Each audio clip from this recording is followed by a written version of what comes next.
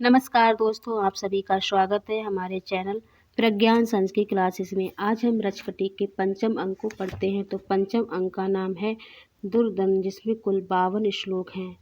पूछ लिया जाए कि पंचम अंक का नाम क्या है। रचकटी के पंचम अंक का नाम क्या है? तो दुर्दन, मतलब जिसमें आंधी तूफान आता है उसे दुर्दन कहते हैं। इसमें कुल 52 श्लोक हैं और पंचम अंक का प्रारंभ चारुदत्त की प्रवेश से होता है।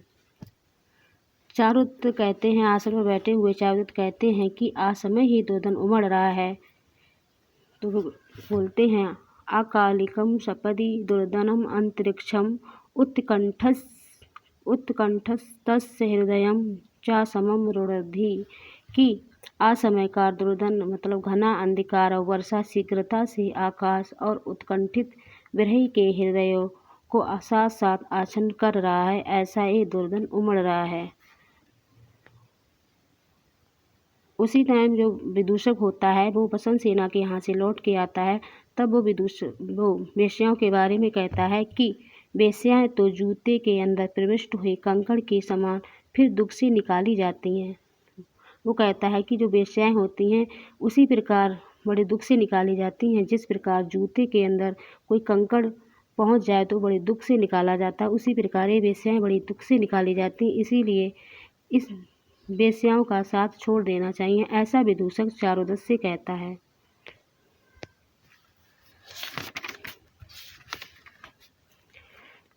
और भी कहता है कि ये वेश्या मतलब मित्रों को मतलब कहता है कि हे मित्र, वेश्या, हाथी और कायस्थ और भिखारी और धूर्त और गधा ये जहाँ रहते हैं वहाँ दुष्ट भी वृद्धि को प्राप्त नहीं होता है। विदूषक कहता है कि जहाँ वेश्याएं रहती हैं, हाथी रहते हैं, भिखारी और धूर्त और गधा लोग रहते हैं, वहाँ दुष्ट भी वृद्धि को प्राप्त नहीं होता। फिर हम सज्जनों का क्या कहना। फिर हम सज्जन लोगों को तो बहुत ही दूर रहना चाहिए ऐसी जगहों से। तब चारुदत्त कहता है कि इन सब की निंदा कहने से बस करो। इन सब की निंदा करने से कुछ नहीं है, हमारी अवस्था ने ही हमें रोक दिया है। इनकी निंदा करने से बस करो, क्योंकि हम तो अपनी अवस्था से ही रोके गए हैं। किस प्रकार ऐसे जब इस लोग बोलते हैं चारुदत्त, बेगम करोति तुरंगस्तृतम प्रयातुम प्राणावयान चरणास्तु यथा वहन्ति तथा वहन्ति सर्वत्र यान्ति पुरुषस्य चला स्वभावा खिन्नास्ततो हृदये पुनः विसन्ति। बसंत तिलका छंद में है। चारुदत्त का कथन है कि बेगम करोति तुरंगस्तुरम प्रयातु, जिस प्रकार घोड़ा शीघ्र जाने के लिए तीव्र गति करता है, जिस प्रकार घोड़ा तीव्र गति करता है जाने के लिए, किंतु शक्ति का क्षय होने के कारण उसके सामर्थ्य के अनुसार पैर उस प्रकार वेग से नहीं चलता। वो जाने के लिए तो शीघ्रता करता है मगर उसके पैर उस प्रकार नहीं चलते हैं। उसी प्रकार सर्वत्र यान्ति पुरुषस्य चला स्वभावा, उसी प्रकार पुरुष की जो चंचल मनोवृत्ताएं हैं, जो पुरुष की चंचल मनोवृत्तियाँ हैं, वो सब स्थानों पर जाती हैं। चला स्वभाव, वो सर्वत्र हर जगह जाती हैं। उसकी जो मनोव्यथाएं हैं, जो उसका मन है, वो हर जगह जाता है। फिर वहाँ खिन्नास्ततो हृदये पुनर्विसन्ति, फिर वह वहाँ से खिन्न होकर फिर से हृदय में ही प्रविष्ट हो जाती हैं। उसी प्रकार में जैसे घोड़ा होता है, अपनी तीव्र गति से चलता है मगर उसकी शक्ति का क्षय होने के कारण उसके पैर वेग से नहीं चलते हैं। उसी प्रकार जो मेरा मन है, जो पुरुष का मन होता है, हर जगह जाता है, हर स्थानों पर जाता है, मगर असफलता के कारण खिन्न होकर फिर से हृदय में ही प्रविष्ट हो जाता है।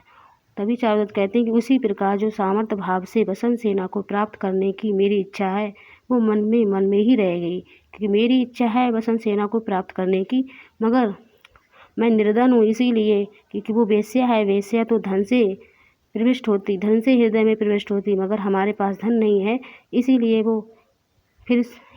वो मेरी इच्छा से मन में रह गई। मेरी इच्छा उसको प्राप्त करने की मन में ही रह गई, ऐसा चारुदत्त विदूषक से कहते हैं।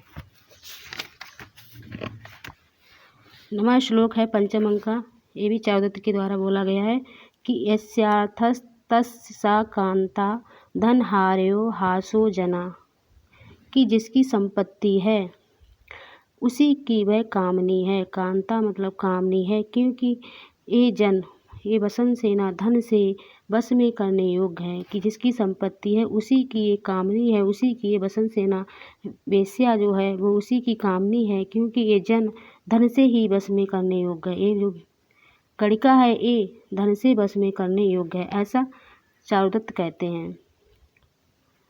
और मन में कहते हैं कि स्वगतम ना गढ़हार्यो हासो जना, फिर अपने आप में यही कह लेते नहीं, ये बसंत सेना गुण के द्वारा बस में करने योग्य है, क्योंकि उनको पता है कि बसंत सेना, फिर मन में कह भी लेते हैं कि अरे बसंत सेना तो गुण से बस में की जा सकती है, धन से नहीं। फिर आगे और भी कहते हैं, वयम अर्थो पर त्यक्ता ननु त्यक्तेव सा मया।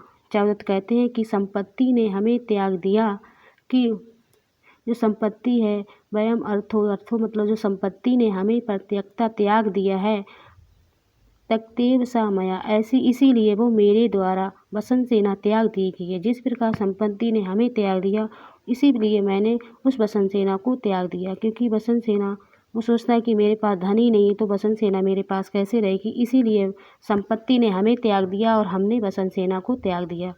ऐसा कौन बोलता है? तो चारुदत्त बोलते हैं।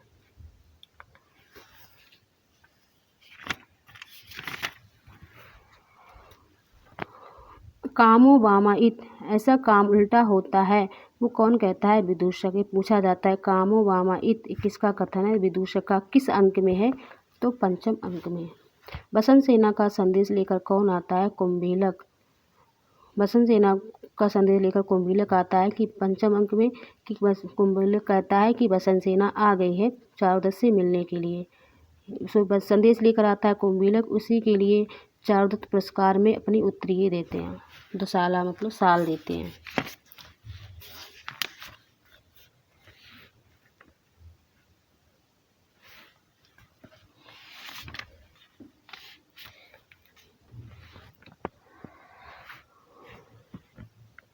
फिर आगे बिट का कथन है, जो बसंत सेना के साथ बिट आता है उसका कथन है कि विधुन नीच कुलोद गतेव युवती नैकत्र संतष्टते, कि जो नीच कुल में उत्पन्न युवती के समान बिजली एक स्थान पर नहीं ठहर रही है। जैसे नीच कुल की स्त्री होती है एक स्थान पर नहीं ठहरती है, वैसे ही ये बिजली एक स्थान पर नहीं ठहर रही है। बिट और कुंभीलक आता है उसके पास साथ बसंत सेना के साथ। तो यहाँ पर जो बसंत सेना का बिट होता है वो कहता है कि ये जो बिजली है इतनी तेज कड़क रही है, उसी प्रकार जैसे नीच कुल में उत्पन्न युवती के समान बिजली एक स्थान पर नहीं ठहर रही है। जैसे नीच कुल की स्त्री एक स्थान पर नहीं ठहरती है, वैसी ये बिजली एक स्थान पर नहीं ठहर रही है। ऐसा कौन बोलता है? तो बिट, जो बसंत सेना के साथ आता है।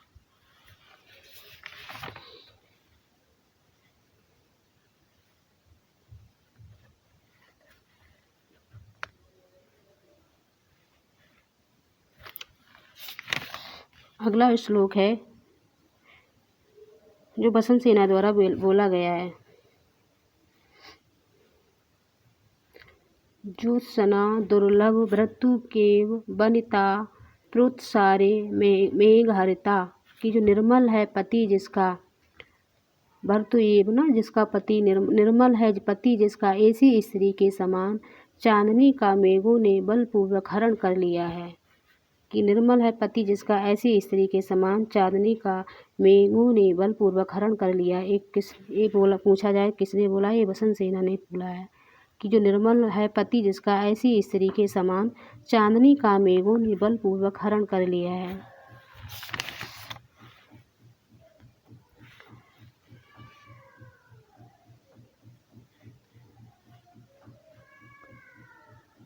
आगे बसंत सेना बोलती है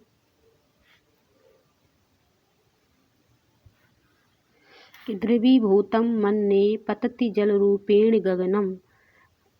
मन्ये यहाँ पे आया तो प्रेक्षा अलंकार है कि द्रवीभूतम मन्ये पतति जल रूपेण गगनम। ये किसका कथन है? तो बसंत सेना का। कि देवताओं के स्वामी इंद्र के शस्त्र या वज्र की अग्नि से अत्यंत तप्त हुआ आकाश मानो पिघल कर जल रूप में गिर रहा हो। कि जब वर्षा हो रही है ना, उसी का वर्णन कर रही है। बसंत सेना कहती है कि जो देवताओं के स्वामी इंद्र हैं, इंद्र के शस्त्र वज्र की अग्नि से अत्यंत तप्त हुआ आकाश मानो पिघलकर जल के रूप में गिर रहा हो। ऐसा मतलब बारिश हो रही है कि जैसे आकाश से मानो पिघलकर गिर रहा है, आकाश मानो पिघलकर गिर रहा हो, ऐसी तेज बारिश हो रही है। ऐसा वो बसंत सेना कहती है कि द्रवीभूतम मन्ये पतति जल रूपेण गगनम।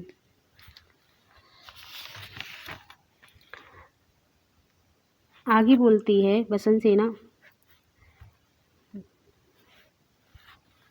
बसंत सेना का ही कथन है। यहाँ पर बसंत सेना बहुत बोलती है, तो यहाँ पर भी बसंत सेना कहती है, न शक्या ही स्त्रियो रोद्धुम प्रस्तुता दयिता प्रति, कि जो प्रेतम के प्रति प्रस्थान करती हुई स्त्रियाँ नहीं रोकी जा सकती हैं। कि जो प्रेतमाएँ होती हैं, जो प्रेमिकाएँ होती हैं, वो प्रेतम के प्रति, प्रेमियों के प्रति प्रस्थान करती हुई स्त्रियाँ रोकी नहीं जा सकती। तो ये पूछा जाए, ना शक्या ही स्त्रियो रोद्धुम प्रस्तुता दयितम प्रति, ये किसका कथन है? तो ये बसंत सेना का कथन है। बसंत सेना कहती है कि यदि बादल गरजता है तो भले ही गरजे, पुरुष निष्ठुर होते हैं। ए बिजली कामनियों के दुख को क्या तुम भी नहीं जानती हो? तो यहाँ पर ये कहती है कि प्रेतम के प्रति प्रस्थान करती हुई स्त्रियाँ रोकी नहीं जा सकती हैं।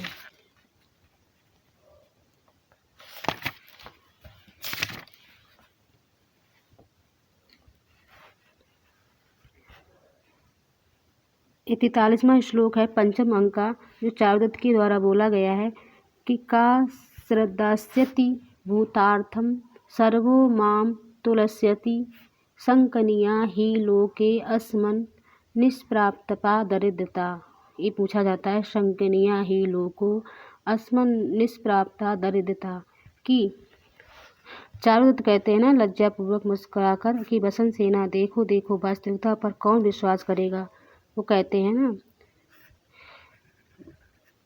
चारुदत्त बसंत सेना से कहते हैं कि क्या तुमने रत्नावली को अच्छे से जान लिया था? वो रत्नावली जो भेजी थी उसको देख लिया था? तब वो कहते हैं चारुदत्त अपने आप लज्जापूर्वक कि बसंत सेना मेरी वास्तविकता पर कौन विश्वास करेगा, सब मुझे हल्का तुच्छ समझेंगे, कौन वास्तविकता पर विश्वास करेगा, किसी चोर ने चुराई है। सब यही कहेंगे कि चारुदत्त निर्धन था, गरीब था, इसने ही उस गहनों को रख लिया होगा। तो मेरी वास्तविकता पर कौन विश्वास करेगा कि किसी चोर ने चुराया होगा। सब मुझे तुच्छ समझेंगे, सब मुझे तुच्छ अपराधी समझेंगे। इस संसार में संकनिया ही लोको अस्मन् निष्प्राप्ता दरिद्रता, इस संसार में पुरुष विहीन निर्धनता निश्चित रूप से शंका के योग्य होती है। इसीलिए जो निर्धनता है, इस संसार में पुरुष विहीन निर्धनता निश्चित रूप से शंकनीय योग्य होती है। निर्धनता में लोग शंका करेंगे, नहीं नहीं ये वास्तव पर कोई विश्वास नहीं करेगा, सब शंकित करेंगे कि नहीं चोरी नहीं की है, इन्हीं ने उस गहनों को कुछ किया होगा। कोई विश्वास नहीं करेगा कि चोरों के द्वारा ये गहना चुराया गया है। ऐसा चारुदत्त पंचम अंक में बसंत सेना से बोलते हैं। तो पंचम अंक में इतना ही इम्पॉर्टेंट मुझे लगा, मैंने उसको लिख लिया था। तो आज बस इतना ही। नमः संस्कृत है।